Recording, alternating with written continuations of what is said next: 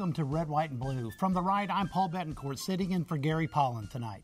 And from the left, I'm David Jones. Tonight we welcome Houston's own legendary civil rights and community leader, Reverend William A. Lawson, the founding pastor of Wheeler Avenue Baptist Church and the official spokesperson for the Freedom Now Project.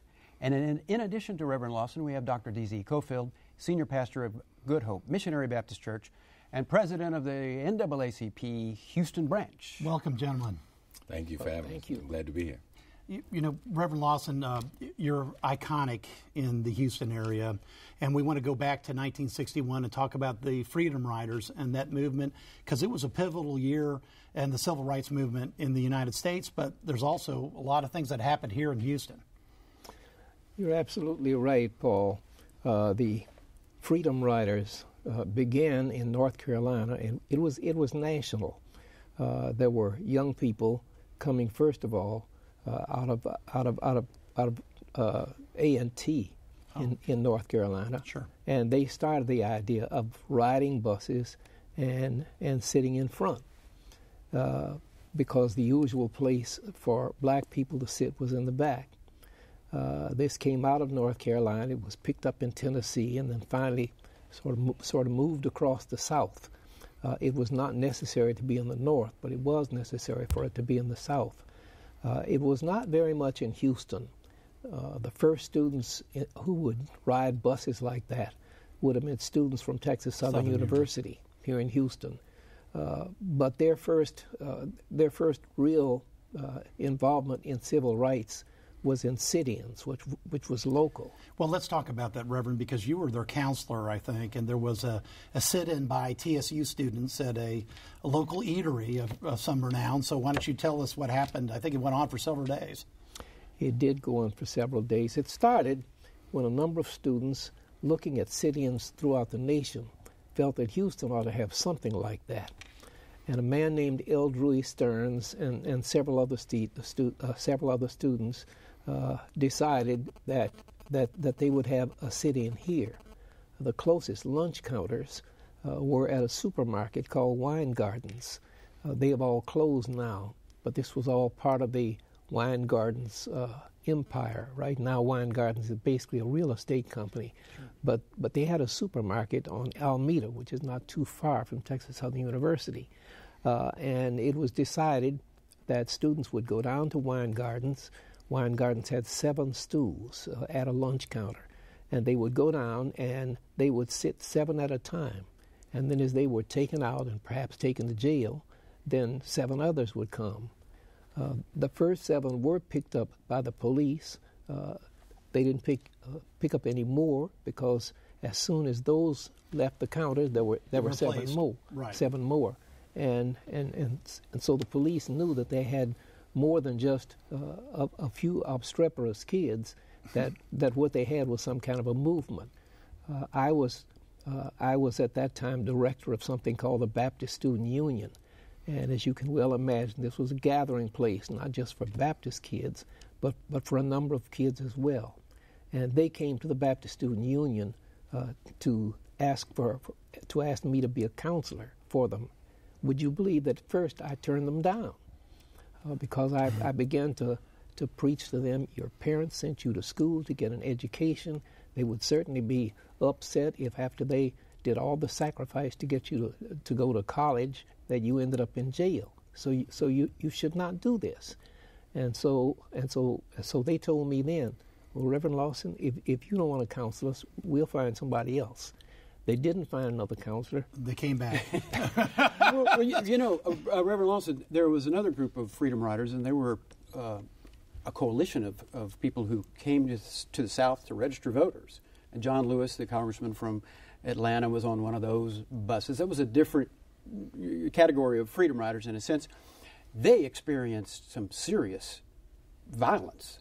How is it that Houston did not become as violent as some of the places in the South who dealt with the Freedom Riders in the mid-'60s, say?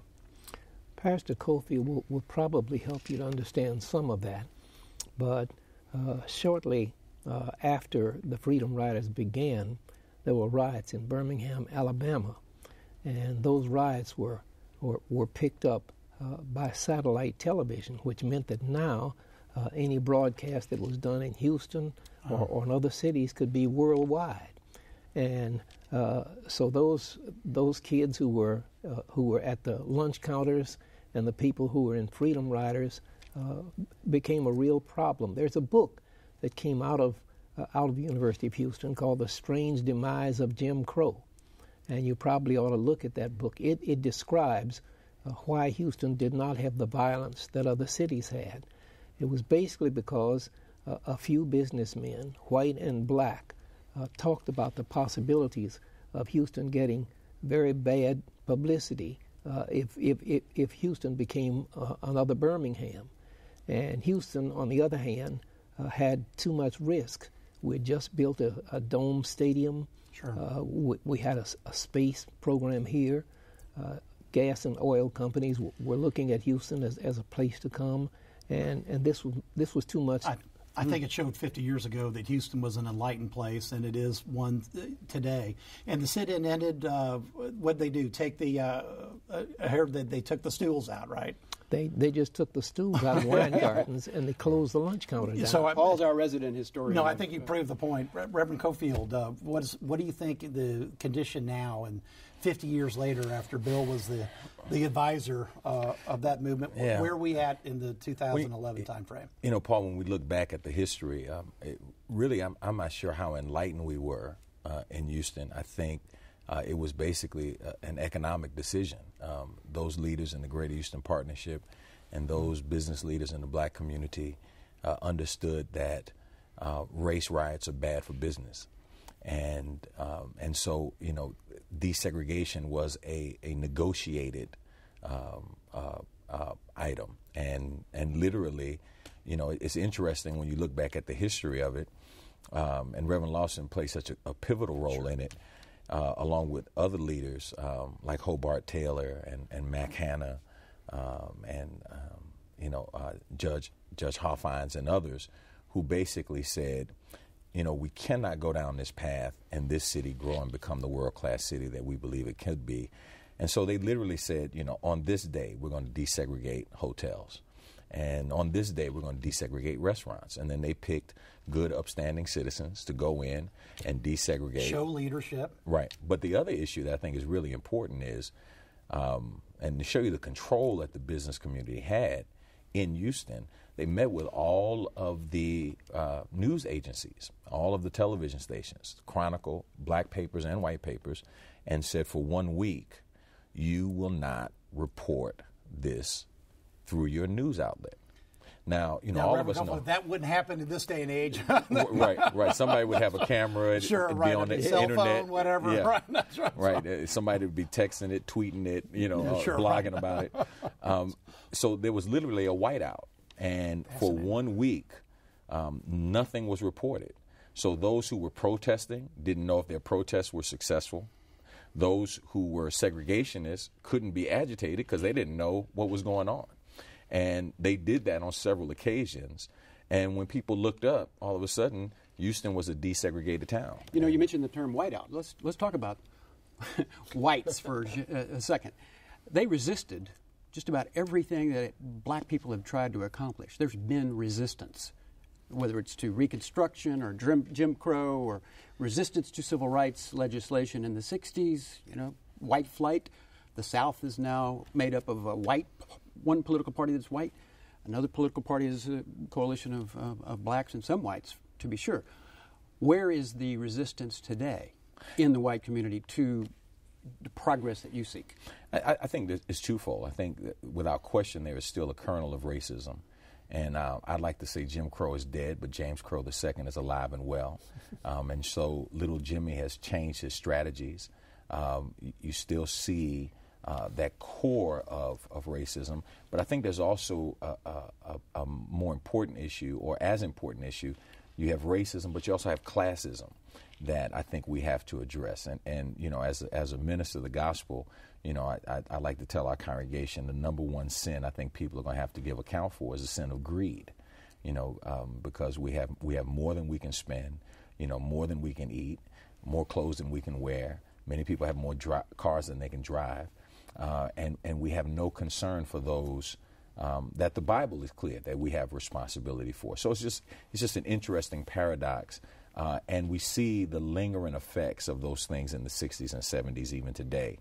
When you look at, for example, the blight in certain communities, when you look at certain schools and certain areas that don't get the services that other areas and other schools get in our community, when you look at the use of excessive police force, for example, in areas where people of color live. But that issue is not just reserved for people of color.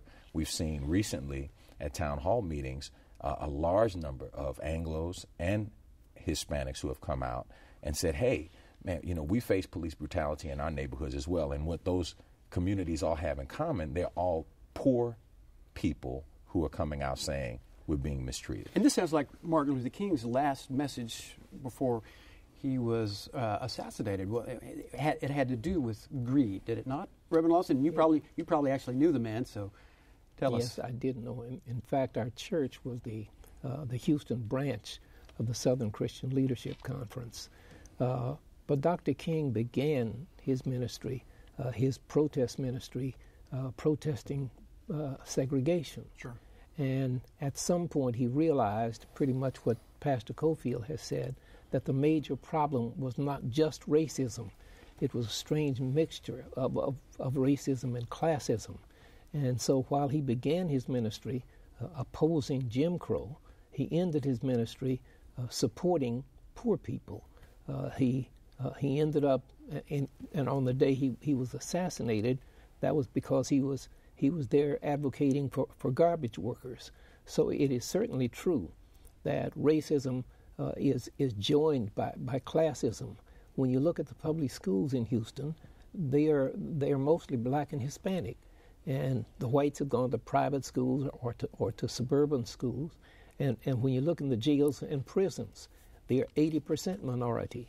So it seems to me that we are looking at that mixture, because the public school students are from lower income families, and those who are in jails and prisons are people who couldn't afford a lawyer, and so they also come from the lower income classes. But don't you think 50 years later that when you look at Houston now, this is a diversified, it's a world-class city, it's a fascinating melting pot of every ethnicity, class that you can imagine worldwide. That what we're doing now is showing that if you have economic opportunity, then you have equality.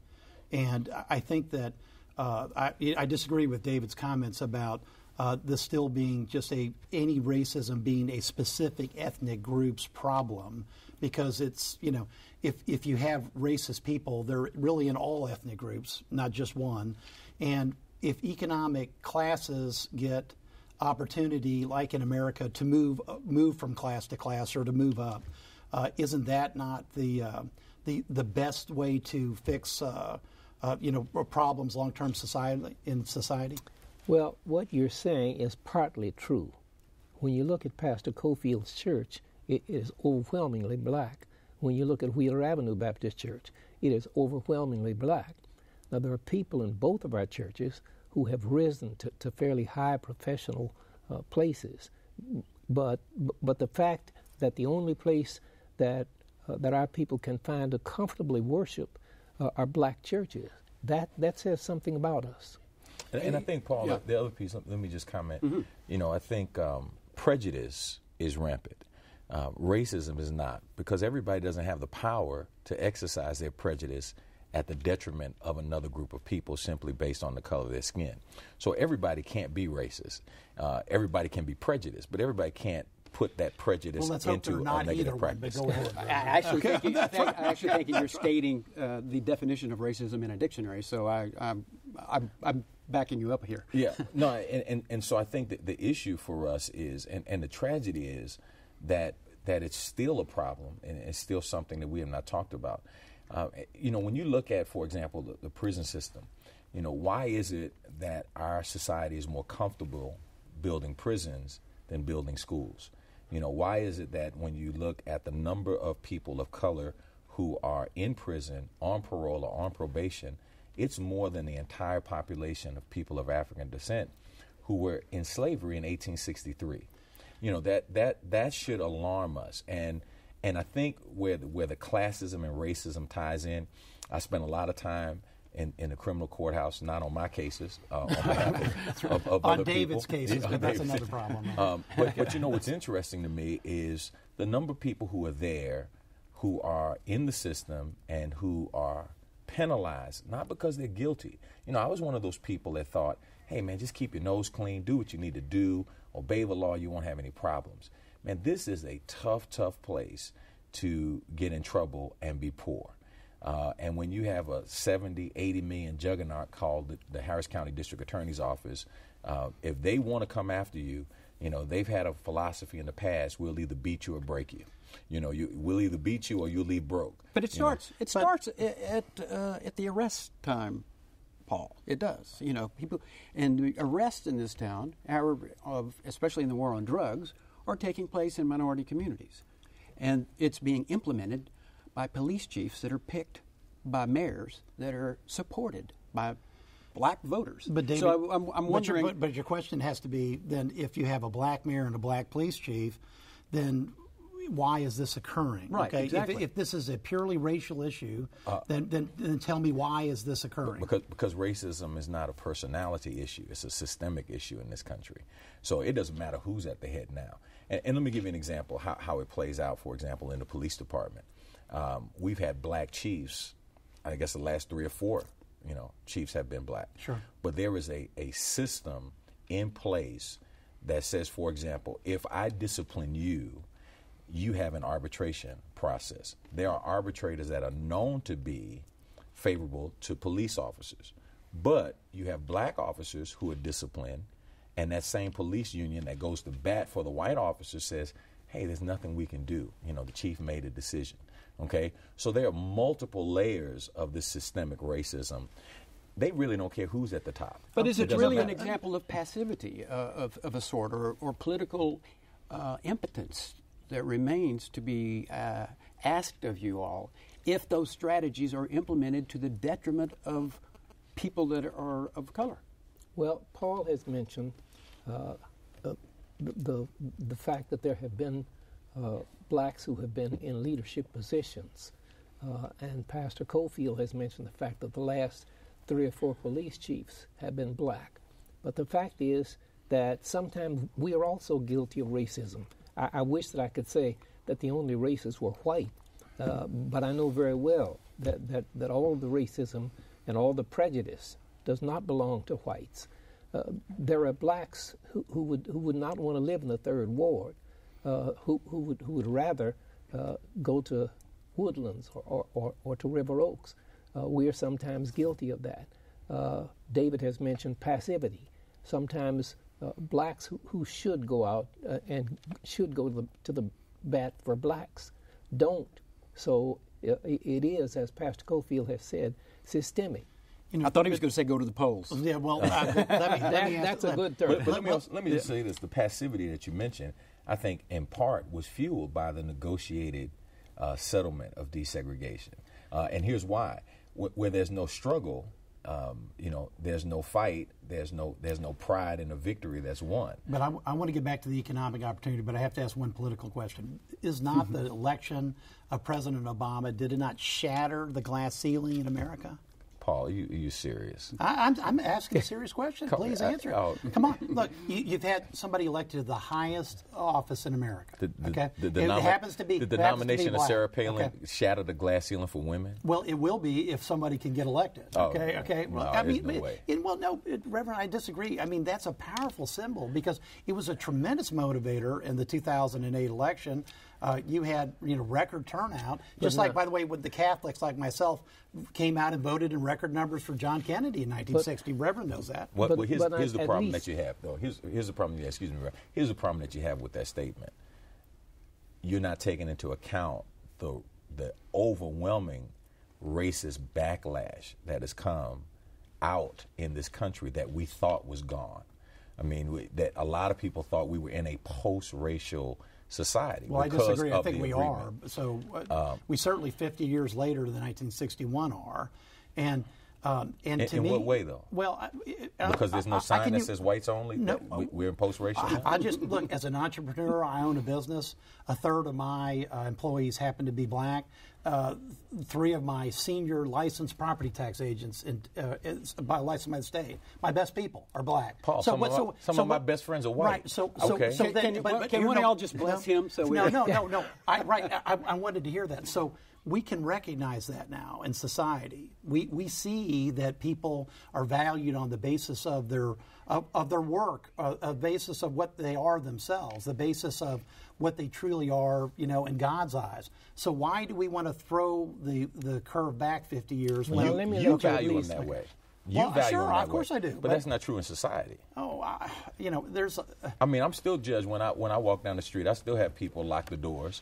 I still have people walk on the other side of the street of me. Now you can say that's because I'm black or because I'm 6'5" and 325 pounds plus. The only thing we've ever disagreed over is how much barbecue we had at that one line. Reverend Lawson. Yeah. But now there are at least a couple of things that we have to look at.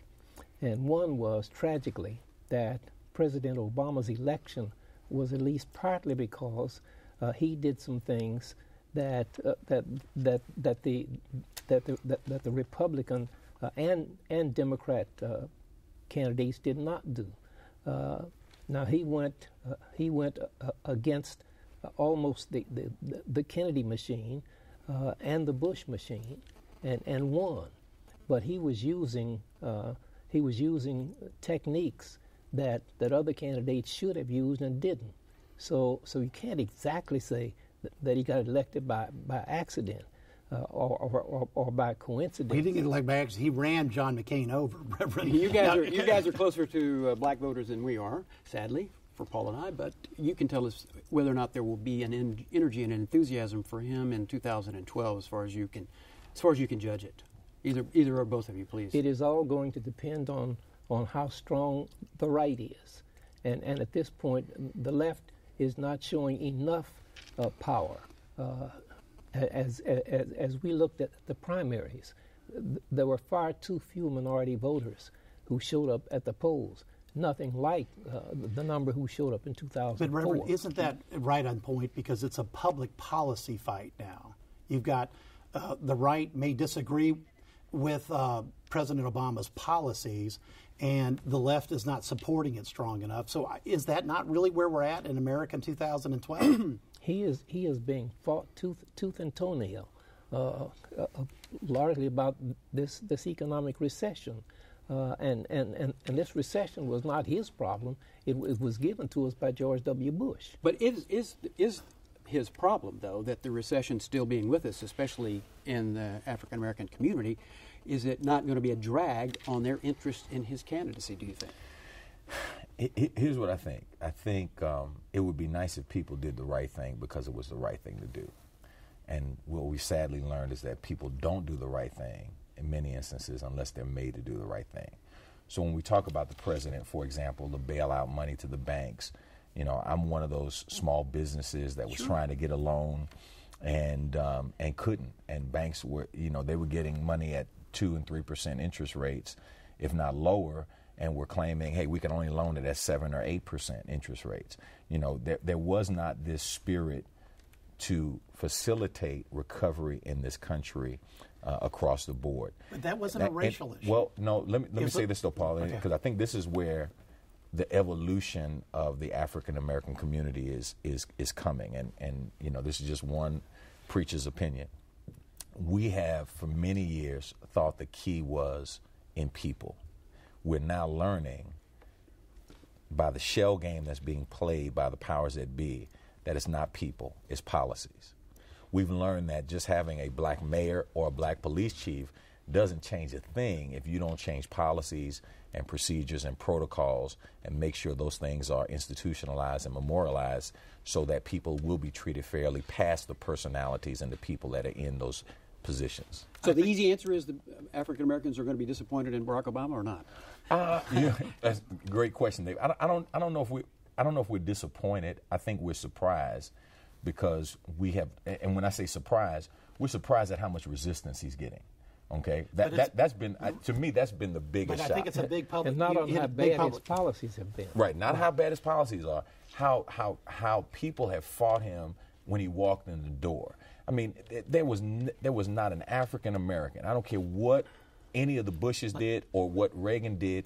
Nobody ever suggested that when the president came on television, I'm going to keep my child out of school because I don't want them to see the president. We're almost out of time. Let me just say this. It's an honor to have both of you on the show, and I'll say that having an icon of the city of Houston is what Reverend Lawson is to many people, not only Wheeler Baptist. Thank you both. It's something that I've watched for years. It has been great fun. Pastor Cofield. I appreciate it. Thank you. Reverend Lawson, thank you for being here. Thank we you invite so you to visit our home online at HoustonPBS.org. Click on the local program bar, red, white, and blue, and read about the guests, the follow-up discussion with Gary and Paul, even. And until next time, get informed and get active.